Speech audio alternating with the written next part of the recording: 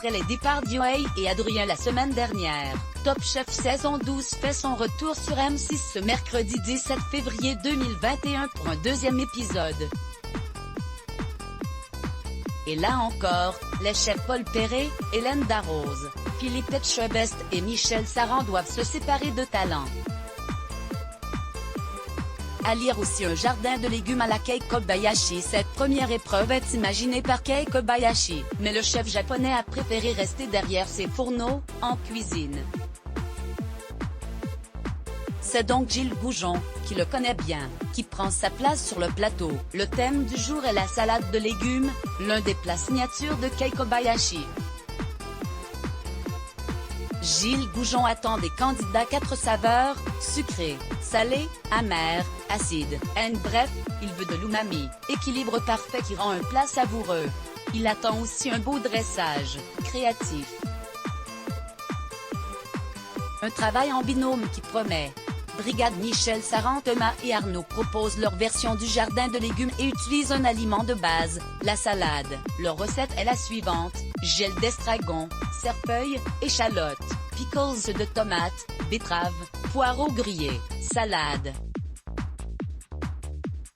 C'est validé par Michel Saran. En plein travail, Thomas a une révélation, il fait un bouillon à base de tomates brûlées, céleri, ail et fenouil. Brigade Paul Perret, Pauline et Baptiste se lancent dans une salade de légumes autour du curry et du citron. Ils réalisent alors les préparations suivantes: artichauts, chou-fleur, pâtisson, poireaux, pâte de citron, nougatine, herbes, mousse oignon curry qu'ils veulent mettre en siphon. Paul Perret n'est pas d'accord, il trouve que la mousse manque de puissance pour devenir un siphon. Brigade Philippe Etchebest, le jeune duo formé par Mathieu et Charline réalise une salade en strates, et propose à chaque palier un goût particulier. Ils apportent l'amertume avec les blettes, l'acidité avec la vinaigrette à la tomate et aux agrumes, le sucré avec la carotte, crème de maïs et aubergine. Le salé est naturellement présent avec les assaisonnements. Tout plaît au chef, mais Philippe Etchebest est déçu en goûtant la vinaigrette qu'il trouve fade. Mathieu réagit aussitôt et y ajoute des groseilles. Brigade Hélène Darroze, Sarah et Mohamed choisissent un élément de base pour leur salade, la betterave. Ils se lancent dans une purée de betterave, un condiment moule les feuilles d'huître, des pickles de radis et une crème d'herbe. Hélène Darroze leur rappelle que le garde-manger est plein de légumes, et que travailler uniquement la betterave et le radis n'est peut-être pas suffisant. Mohamed propose d'ajouter des légumes, Sarah reste sur l'idée de départ. Finalement, le duo trouve un compromis et propose une huile de fan de carotte. Place à la dégustation. Le chef Gilles Goujon a eu un coup de cœur pour l'assiette de Thomas et Arnaud. Brigade Michel Saran, le duo Pauline et Baptiste, Brigade Paul Perret, a également séduit le chef. Tous les 4 se qualifient. Du coulant en veux-tu, envoie la direction La Guiole, sur les terres de Michel et Sébastien Bras pour cette nouvelle épreuve. Le duo père-fils a révolutionné le dessert en proposant le coulant au chocolat et en fait son thème du jour. Les candidats ont pour mission de proposer leur version du coulant, en sucré ou en salé. Pierre, de la Brigade Paul Perret, choisit de se lancer dans une anguille flottante, jeu de mots entre anguille et île flottante.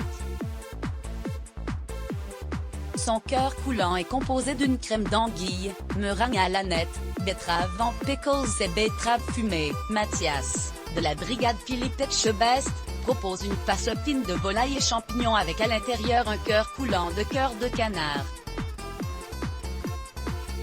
Sa recette est la suivante: jus de cœur de canard, face fine de volaille aux champignons et purée de champignons. Jarvis, le candidat solitaire, défend sa place avec une base de pommes duchesse, farce aux champignons et un insert crème d'oseille.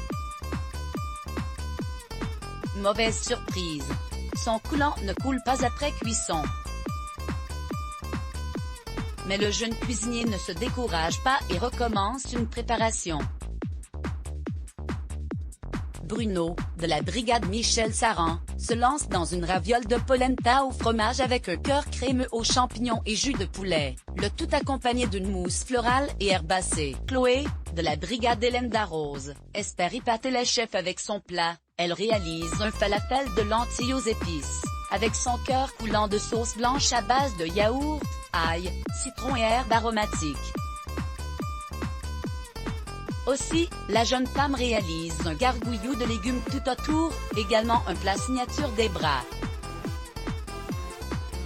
Sa pâte à falafel est trop épicée, elle ajoute de la crème pour atténuer le goût des épices. Place à la dégustation par Michel Bras et son fils Sébastien.